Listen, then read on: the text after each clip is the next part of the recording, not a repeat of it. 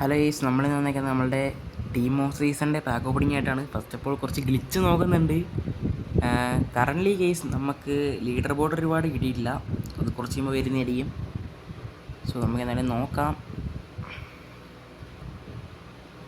എന്തായാലും കുറച്ച് നേരം നോക്കാം കേസ്. എങ്ങാനും ഒരു ചക്കയ്ക്ക് എന്തെങ്കിലും കിട്ടിയാലോ. സോ 10 എണ്ണം ആയിട്ടുണ്ട്. നമുക്ക് എന്തായാലും ഓപ്പൺ ചെയ്യാം.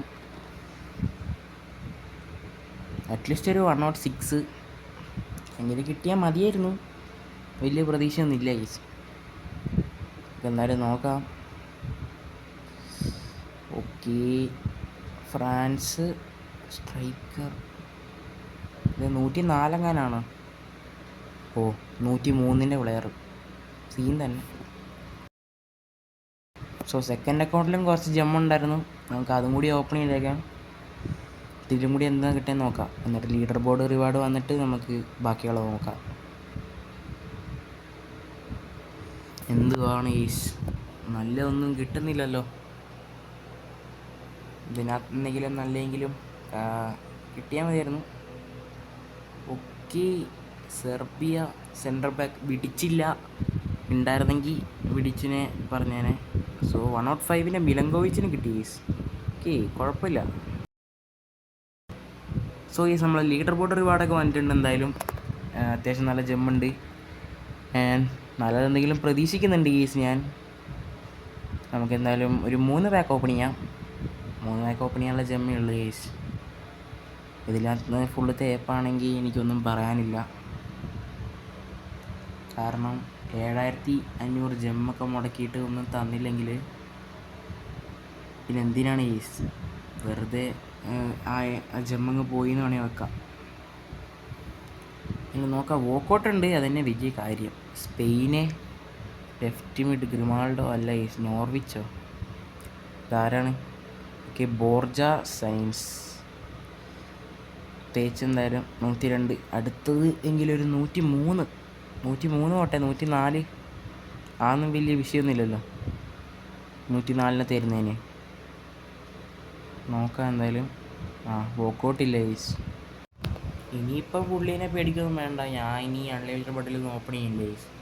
ജസ്റ്റ് നമ്മളുടെ എന്താ പറയുക, പാക്ക് ഓപ്പണിങ് ആ ഒരു കണ്ടന്റിന് വേണ്ടി മാത്രമാണ് ഇത്രയും ജമ്മ് മുടക്കുന്നത്.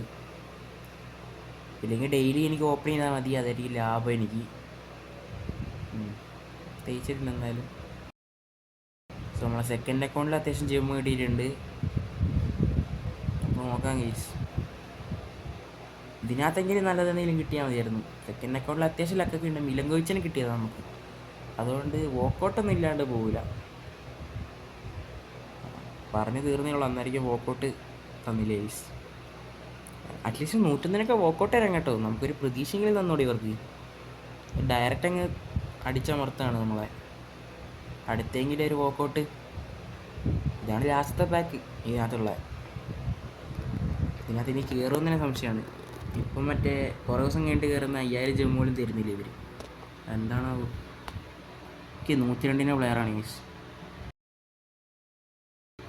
സോ ഫൈനലി നമ്മൾ തേർഡ് അക്കൗണ്ടിലും കൂടി വന്നിട്ടുണ്ട്. ഇതിലും കൂടി ഓപ്പൺ ചെയ്യാൻ ബാക്കിയുള്ളൂ. ഇതിനകത്തെങ്കിലും ഒരു W പ്ലെയറിനെ കിട്ടിയാൽ മതിയായിരുന്നു ഈസ്. ഒരു 105 തരണം.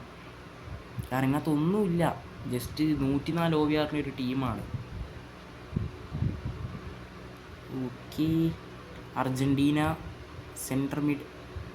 ഗീസ് നമ്മളെ മാക്കലിസ്റ്ററിൻ്റെ കാർഡല്ലേ ഇത്. എത്രയോ 107 106 ഗീസ്.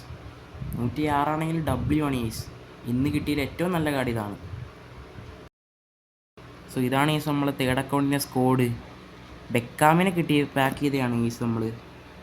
സോ മഷിറാനൊന്നും ഇല്ല, ജസ്റ്റ് 2 എണ്ണേ ഉള്ളൂ. നിങ്ങൾ ആദ്യമായിട്ടാണ് നമ്മളെ ചാനൽ കാണുന്നെങ്കിൽ ഇപ്പം തന്നെ സബ്സ്ക്രൈബ് ചെയ്യുക, ഈ വീഡിയോ ലൈക്ക് കൂടി ചെയ്തേക്കാം.